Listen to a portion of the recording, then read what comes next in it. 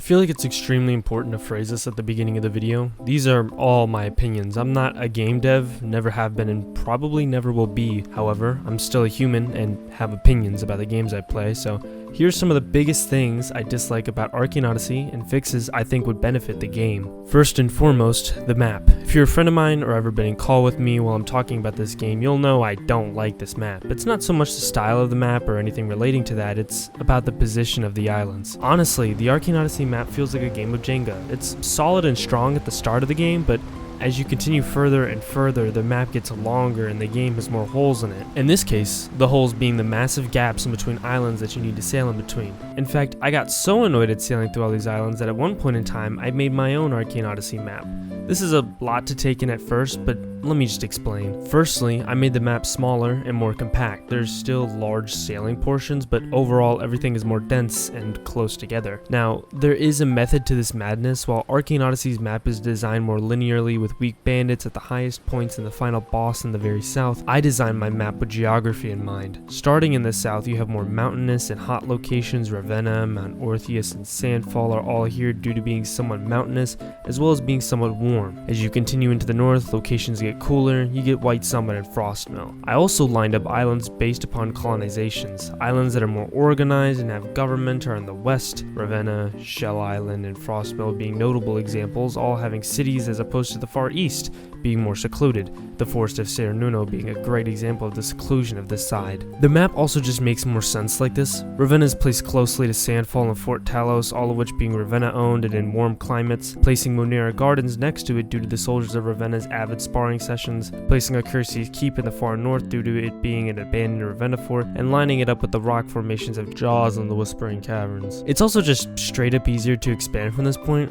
Where will the story expand to? Well, because of the Pelion Rift, the story goes westward to more civilized locations such as the Azura province or wherever else. This map probably won't be changed purely because I can't imagine the hurdles or stress it might place on the game, but it's possibly my biggest gripe with Arcane Odyssey, next to the ocean encounters. With the most recent addition to Arcane Odyssey being underwater ruins and shipwrecks, this is an absolute step in the right direction. What was once deserted now has at least something to interest players. However, now that the bottom of the ocean has something that's been added, we desperately need something on the surface that'll interest players. Pirates and assassin ships are simply not cutting it. The gameplay loop of hunting their boats down slowly turned from interesting and fun to why bother? I think Arcane Odyssey would benefit from more diverse encounters and inclusions. Arcane Adventures had ghost ships and things like that could greatly benefit the game.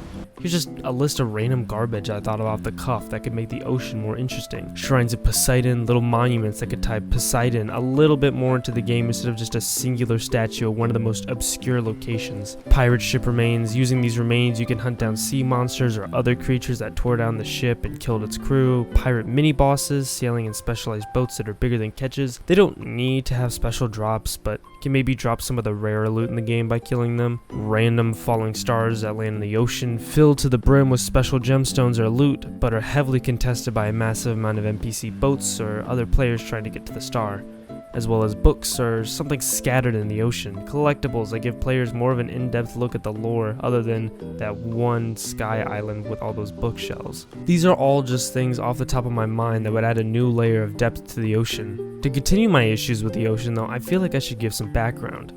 Egg hunt, right?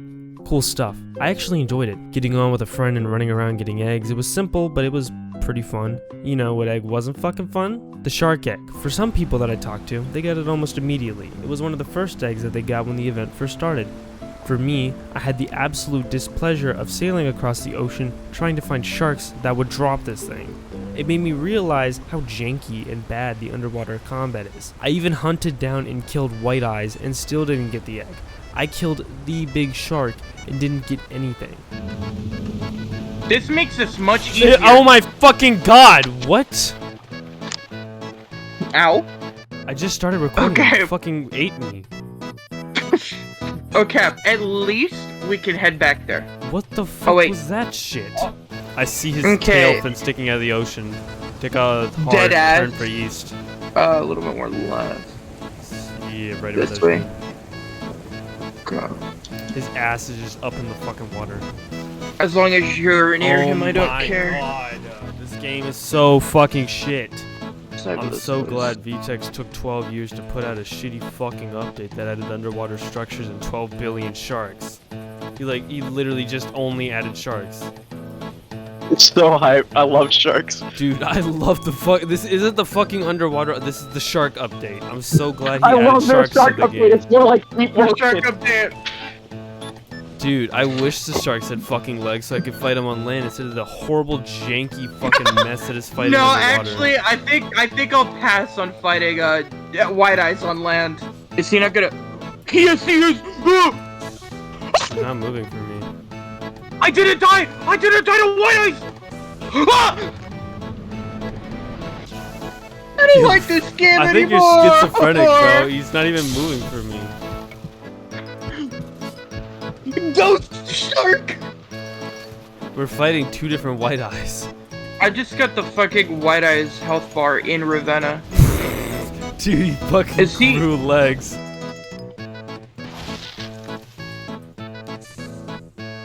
What the?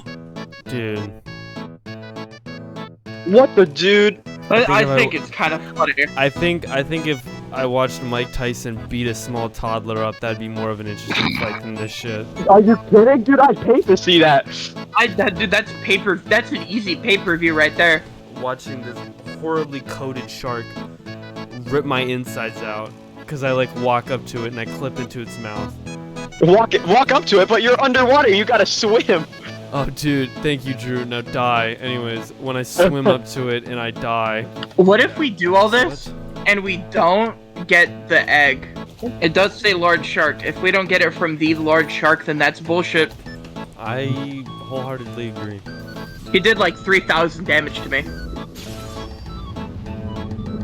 How much health does he at, Jesse? I don't know, man. I'm just hitting his body. Yeah, see the big ass health I think I bar on might your have killed screen? him. What? Is he like dead? I hit him and his model started floating upwards. And I hit him again and it didn't deal any damage, meaning that he has no more HP for me to deal damage to. Is there an egg? I did not see an egg, no.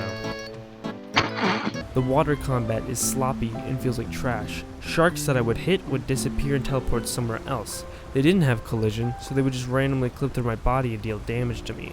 This underwater portion of the egg hunt, aside from the abyss egg, sucked. This chunk is for random things I didn't think held enough weight to properly make their own segments. Inventory resets every single time you die, as well as a complete lack of proper inventory management.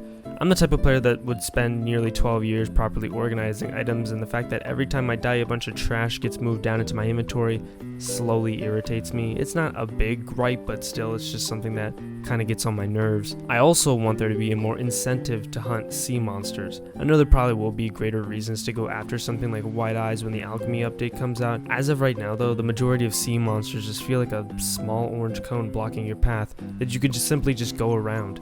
They're way more trouble than what they're worth, aside from Poison Jaws, who already is rare, dropping a rare weapon that I've never actually even seen used before. It'd also be cool not spawning players on Ravenna when they join. Players should spawn on the last island they were on. This helps keep immersion and stops players from just resetting to fast travel around the map. Why would I sail to Jaws and then sail back to Ravenna?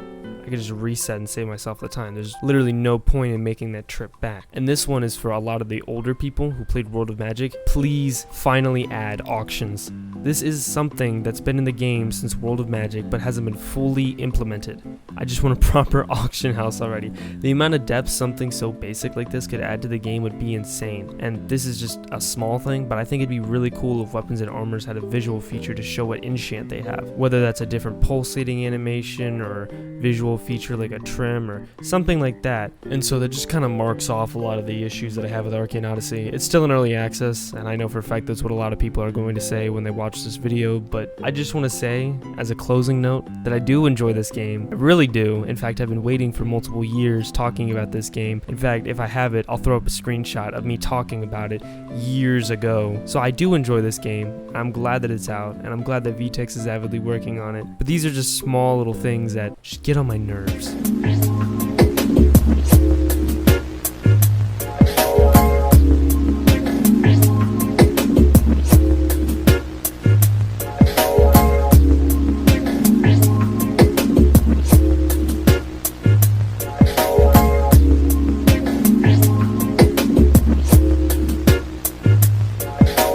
The thug shaker. Give me the thug shaker, dude.